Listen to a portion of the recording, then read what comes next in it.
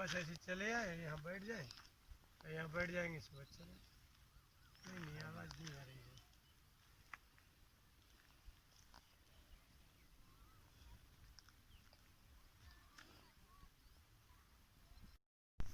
बोले वृंदावन बिहारी लाल की जय। वर्तमान में सभी लोग अपने अपने विविध प्रकार के दुखों को सुनाते हैं। यदि कहा जाए कि आप चलो, आपके दुख की निवृत्ति कर देते हैं, जैसे ही दुख की निवृत्ति का उपाय बताया जाता है तो वो मना कर देते हैं। दुख की निवृत्ति का क्या उपाय है? बोले ये उपाय है कि जिसको आप दुख दे रहे हैं और जिससे आपको दुख मिल रहा है उसको छोड़ दीजिए।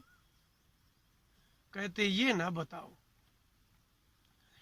कुपथ्य भोजन करते हुए व्यक्ति को वैद्य कहते हैं, डॉक्टर कहते हैं कि ये तो खाना छोड़ना ही पड़ेगा, तब तो ये दवा काम करेगी।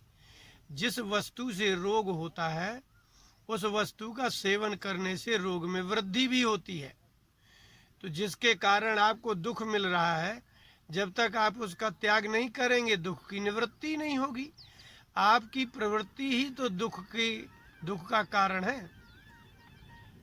10वें स्कंद के 51वें अध्याय के 54वें श्लोक में महाराज मुचकुंद ने भगवान श्री कृष्ण से कहा, भगवान मुझे तो ऐसा लगता है जिसकी मुक्ति होने के दिन आ जाते हैं उसके यहाँ आप पहुंच जाते हैं। भवाप वर्गो भ्रमतो यदा भवेत, जिस जनस्य तर्ह्यच्युत सत समागमः सत्संगमो यर्हि तदेव सद्गतौ परावरेशे त्वयि जायते मति। हे भगवान, आप में सभी की बुद्धि नहीं जाती। संसार को छोड़कर आपका भजन करने की इच्छा सभी स्त्रियों में, सभी पुरुषों में नहीं होती। दुख तो उठाते ही रहते हैं, दुख भी उठाते रहेंगे और दुख के कारणों को भी करते रहेंगे और महात्माओं से चिल्लाते भी रहेंगे, याचना भी करेंगे, उपासना भी करेंगे, लेकिन जिससे दुख मिलता है उसका त्याग नहीं करते। भवापवर्ग, अपवर्ग माने होता है मोक्ष। भ्रमतः, इस संसार में बार बार जन्म लेने वाले जीव जब मनुष्य बनते हैं, मनुष्यों में भी अनेक जन्मों के किए हुए पुण्य कार्य का फल जब मनुष्य शरीर मिलता है तब उस मनुष्य की बुद्धि आप में लगती है। जब उसके अपवर्ग का मोक्ष होने का समय आता है, जब मोक्ष होने का समय आता है तब उसको सत्पुरुष में आत्मबुद्धि जगती है। और सत्संगमः जनस्य तर्ह्यच्युत सत समागमः, जिस मनुष्य के मोक्ष के दिन आ जाते हैं उस मनुष्य का किसी आपके संत से समागम हो जाता है। जैसे आदमी की मरने के दिन आते हैं ना, तो कोई कहता है कि जब आदमी के मरने के दिन आते हैं तब वह ऐसा करने लगता है। जैसे कहते हैं ना, विनाश काले विपरीत बुद्धि। जब व्यक्ति की विनाश के दिन आते हैं तब वह उसकी बुद्धि विपरीत हो जाती है। मुचकुंद कहते हैं जब किसी का संसार से मुक्ति के दिन आते हैं तब उसको, उस मनुष्य को सत समागमः, तब उसको श्रेष्ठ पुरुष का सम्मिलन हो जाता है। जब श्रेष्ठ पुरुष मिलेंगे, सत्संगमो यर्हि तदैव सद्गतौ। यर्हि माने जब किसी मनुष्य को सत्संग प्राप्त होता है, सत्संग का मतलब ही है तत्पुरुष समास। सत्पुरुषाणाम संगमः, आपको बुरा आदमी ही नहीं मिले, श्रेष्ठ आदमी ही मिले जो मुक्ति के मार्ग को बता सके, मुक्ति के मार्ग को प्रशस्त कर सके। मुक्ति के मार्ग में चलने वाले मनुष्य को परामर्श के साथ साथ धैर्य दे सके, ऐसे महापुरुष का समागम होता है। और जब ऐसे महापुरुष का समागम होता है तब सद्गति होती है। अब इस क्रम को एक और आगे थोड़ी आइए। अब जब सत्संग होगा तब सद्गति होगी, तो सत्संग होगा तब क्या फल निकलेगा? तो परावरेशे त्वयि जायते मति। जब सत्पुरुष का संग होगा तो परावरेश, आप में सद्बुद्धि जागृत होगी। अर्थात भगवान में मन कब लगेगा, इसका क्रम है ये। तो जिस मनुष्य ने पूर्व जन्म से महापुरुषों का ही संग किया है, तीर्थों की यात्रा की है, तप किया है, जप किया है, लेकिन मुक्ति नहीं हो पाई, अब उसका इस संसार में पुनर्जन्म हुआ और वह मनुष्य बन गया। अब लिखा है कि भवापवर्गः यदा भवेत्, जब उसके मोक्ष का समय आएगा तो श्रेष्ठ पुरुष से संगम हो जाएगा। श्रेष्ठ पुरुष मिलेंगे तब क्या होगा? बोले तब आप में बुद्धि पैदा होगी। आप अकस्मात किसी भी मनुष्य की बुद्धि भगवान में नहीं लग सकती। क्यों नहीं लग सकती? क्योंकि आप प्रत्यक्ष सुख चाहते हैं। भगवान का सुख प्रत्यक्ष सुख नहीं है, इसलिए भगवान को अधोक्षज कहा जाता है। अक्षज माने होता है, अक्ष माने होता है इंद्रियां। आपको इंद्रियों से जो सुख मिलता है उसको अक्षज सुख कहते हैं। आपको संसार को देखने का जो सुख है वो सुख भगवान में नहीं मिलेगा। आपको जो छूने का सुख है वो भगवान में नहीं मिलेगा। संसार का स्वाद लेने में जो आपको सुख है वो भगवान से नहीं मिलेगा। मिलेगा क्या? बोले वो तो आनंद सिंधु है। आप लोग तो तुच्छ और क्षणिक सुख के लोभी है। भगवान के यहाँ अधोक्षज हैं, वो इंद्रियातीत हैं। तो जो इंद्रियों का सुख यहाँ से बंद हो जाए तो वह अतीन्द्रिय सुख की लालसा जागृत हो। लेकिन ऐसा मनुष्य तो प्राप्त करना ही कठिन है जो इस संसार के सुख की कामना लालसा ना होती हो। वासना बहुत विलक्षण है। महाराज मुचकुंद ने इसी 51वें अध्याय में 10वें स्कंद के कहा कि भगवान कुछ लोग हैं जो बड़े बड़े राजा हैं, उन राजाओं ने भी वन में प्रवेश करके और इतना अखंड तप किया कि हमें भगवान का दर्शन हो जाए, लेकिन नहीं हुआ। मैं तो सो रहा था, मुझे तो सोते में आपने जगा करके दर्शन दिया है। भगवान ने कहा कि एक बात बताएं मुचकुंद, जिन लोगों ने, जिन योगियों ने अपना योग करके अपनी वासना को नष्ट कर लिया है, लेकिन अभक्ताः, वो मेरे भक्त अगर नहीं है तो क्षीण वासना होने पर भी कभी कभी उनके वासना हृदय में जागृत हो जाती है। अब आप विचार कीजिए, भगवान मुचकुंद से क्या कह रहे हैं? जिन्होंने अनंत काल तक तप करके अपनी मन बुद्धि का विलय अंतःकरण में करके और अंतःकरण में अंतस्थ ईश्वर में समाहित हो गए हैं, उनकी वासनाएं समाप्त हो गई। संसार को देखने की, छूने की, चखने की सब वासनाएं समाप्त हो गई हैं, लेकिन मात्र मेरी भक्ति ना करने के कारण उनके हृदय में कभी कभी वासना जग जाती है। आपने क्या किया है? आपने ऐसा प्रयास ही कहाँ किया है कि हमारे हृदय से वासना चली जाए? वसतीति वासना, शरीर के क्षीण होने पर भी जो मन में निवास करती है उसको वासना कहते हैं। इसलिए भगवान ने कहा कि राजन, जो मेरे भक्त नहीं हैं उनके हृदय की वासना समाप्त नहीं होती। हृदय खाली हो सकता है, योग विधि से निर्विकल्प हो सकता है, उसमें कोई कल्पना ही ना हो ऐसा भी हो सकता है, लेकिन कभी ना कभी जन्म जन्मांतरों की वासना आ जाती है, मुक्ति नहीं होती। लेकिन महाराज मुचकुंद ने कहा कि भगवान मैं समझ गया, मैं देवताओं की सहायता करने के लिए गया और असुरों को पराजित किया, बहुत काल तक रहा। मुझे जब मृत्युलोक में भेजा भगवान इंद्र ने, तो उन्होंने ये कह के भेजा था कि तुम्हारे पत्नी पुत्र उस काल का कोई बचा ही नहीं है, सब समाप्त हो गए हैं। देवताओं की आयु ऐसे समझिए जैसे चींटी और आपकी आयु। चींटी की आयु के लिए आप देवता हैं। चींटी की आयु बहुत कम होती है, आपकी आयु बहुत होती है। देवताओं के यहाँ वो क्या गए लौट के आए तो उनकी मृत्यु लोक में न उनके पत्नियां थी, न पुत्र थे, न उनके जाति के थे, सब समाप्त हो गए थे।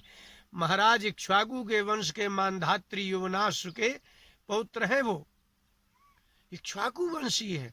कितना काल व्यतीत हो गया तो उनको इंद्र ने, भगवान ने कहा कि जाओ सो जाओ, जो तुम्हें जगाएगा वो जल जाएगा, भस्म हो जाएगा। सोने का क्या आनंद है। जब भगवान ने यवन को उनकी दिव्य दृष्टि से मरवा करके दर्शन दिए तब ये बोले, हे भगवान, लोग तपस्या करते हैं तब आपका दर्शन होता है और नहीं भी होता है, वो आपके अधीन है। लेकिन मैं तो सो रहा था, मैंने तप ही नहीं किया है। मन्ये ममानुग्रह ईशते कृता, इसी को कृपा कहते हैं। उन्होंने कहा कि भगवान इसी को अनुग्रह कहते हैं। कोई सो रहा है, अब आप उसको जगा करके उसका कल्याण कर रहे हैं। कोई तपस्या कर रहा है, उसके पास आप जा भी नहीं रहे। जिसने अपनी इंद्रियों को जीत लिया है और जितेंद्रिय हो गया है, संसार के सभी संबंध, सभी विषयों का सुख परित्याग कर दिया है, उसके यहाँ आप पहुंचे नहीं। मैं सो रहा हूं, मुझे आकर के जगा करके आप कल्याण करने चले आए। ये इससे मालूम होता है कि जिसके मोक्ष के दिन आ जाते हैं उसको महापुरुषों का संग प्राप्त होता है। और जब महापुरुषों का संग प्राप्त होता है तब उसकी सद्गति, अर्थात उसकी गति का अर्थ है तब उसके कर्म की पद्धति बदल जाती है। फिर जैसा संत कहते हैं वैसा वो करता है, और जब वैसा करता है तब तो ही जायते मति, तब आप में मन लगता है, तब बुद्धि लगती है। लोग कहते हैं कि गुरुजी हम तो माला लेते, पता नहीं मन ही नहीं रुकता। तो हम तो कह देते हैं, आपने कभी मन रोकने का प्रयास किया है क्या? अपने आप कुछ रुकता है? आपकी श्वास चल रही है, आप कहाँ रोकते हैं? जब नहीं रोकते तो रुकती ही नहीं है। तो प्राणायाम, आयाम का अर्थ ही है प्रयास। तो आप जब सांस को रोकते हैं तब सांस रुकती है, जब आप मन को रोकेंगे तब मन रुकेगा। वो आप क्या सोच रहे हैं कि हम माला लें और रुक जाए? ऐसे संभावना नहीं है। आपके मन में जन्म जन्मांतरों की वासनाएं तो भरी ही हैं। इस जन्म में भी आप किसी श्रेष्ठ महापुरुष की शरण में नहीं गए, आप किसी विद्वान ब्राह्मण की शरण में नहीं गए, आपने उनसे, आपके हृदय में कभी जिज्ञासा ही नहीं जगी, माने कभी ऐसा लगा ही नहीं। रामचरितमानस के बालकांड में ही महाराज मनु के प्रियव्रत और उत्तानपाद दोनों पुत्र, दोनों का विवाह हो गया और महाराज मनु की वृद्धावस्था आई। एक दिन उनके हृदय में ये बात जगी, ये जिसके लिए आप मनुज, मनुष्य, मानव शब्द का प्रयोग करते हैं वो मनु जी के ही कारण कर रहे हैं। मनु की संतान को मानव और मनुष्य और मनुज कहते हैं। महाराज मनु को बड़ा आश्चर्य लग गया। भयो न विषय विराग, भवन बसत भा चौथपन। मैं सृष्टि का प्रथम पुरुष हूं, मुझसे ही मनुष्यों की सृष्टि हुई है, लेकिन जब मैं ही इसका पितामह हूं, पिता हूं, अब मुझ में ही अगर वो आचरण सदाचार नहीं आ रहा है तो मुझसे उत्पन्न होने वाले मनुष्य किस मार्ग में जाएंगे? हृदय बहुत दुख लाग। बसन भवन बसतभा चौथपन, मुझे ये चौथापन का समझ रहे ना। आप अपनी उम्र के 4 भाग करिए। अगर 100 साल की बात सोच ली है, 100 साल का आपने नहीं सोचा होगा, लेकिन 60-70 का तो सोचा है। तो क्या है, 15 चौको 60, 15 साल के हिसाब से कोई 50 साल का तो हो ही गया। अब 10 ही साल तो बचे। चौथापन आ गया। वो बोले अब तो मृत्यु काल आने वाला है। तृतीय तक तो मृत्यु नहीं आती, लेकिन चौथा जब प्रारंभ होता है समय शरीर का, तब मृत्यु के निकट जाता है व्यक्ति। वो कहते हैं कि अरे भयो न विषय विराग, मेरा अभी पुत्रों से, पत्नी से, ये राज्य से, इस वैभव से, प्रजा से मुझे वैराग्य नहीं हो रहा, मेरी बुद्धि में कभी छोड़ने की इच्छा ही नहीं हो रही है। आश्चर्य है, मैं तो मृत्यु के समीप आ गया चौथेपन में। यदि आप 50 से ऊपर हो गए तो अब मृत्यु ज्यादा दूर थोड़ी है। अगर 70 साल जीना है तो क्या है, 20 ही साल तो बचे। अब 20 वर्ष जब पीछे के आपके 50 बीत गए, नहीं पता चले तो 20 कैसे पता चलेंगे। हृदय बहुत दुखलाद। जन्म गयो हरि भजन बिन, ये दुख हुआ, ये विचार किया ना महाराज मनु ने कि अब मैं तो मृत्यु की ओर जा रहा हूं। अब अच्छा, चतुर्थ अवस्था में न स्त्री का आनंद, न भोजन का आनंद, न देखने का आनंद, कुछ कर भी नहीं सकते हैं हम। ऐसी अवस्था में भी मुझे वैराग्य नहीं हो रहा है, घर छोड़ने की इच्छा नहीं हो रही। ये सोच करके हृदय में बहुत दुख हुआ। बहुत समय बाकी नहीं है, मृत्यु के लिए अति समीपता आ गई है, अब मैं क्या करूं।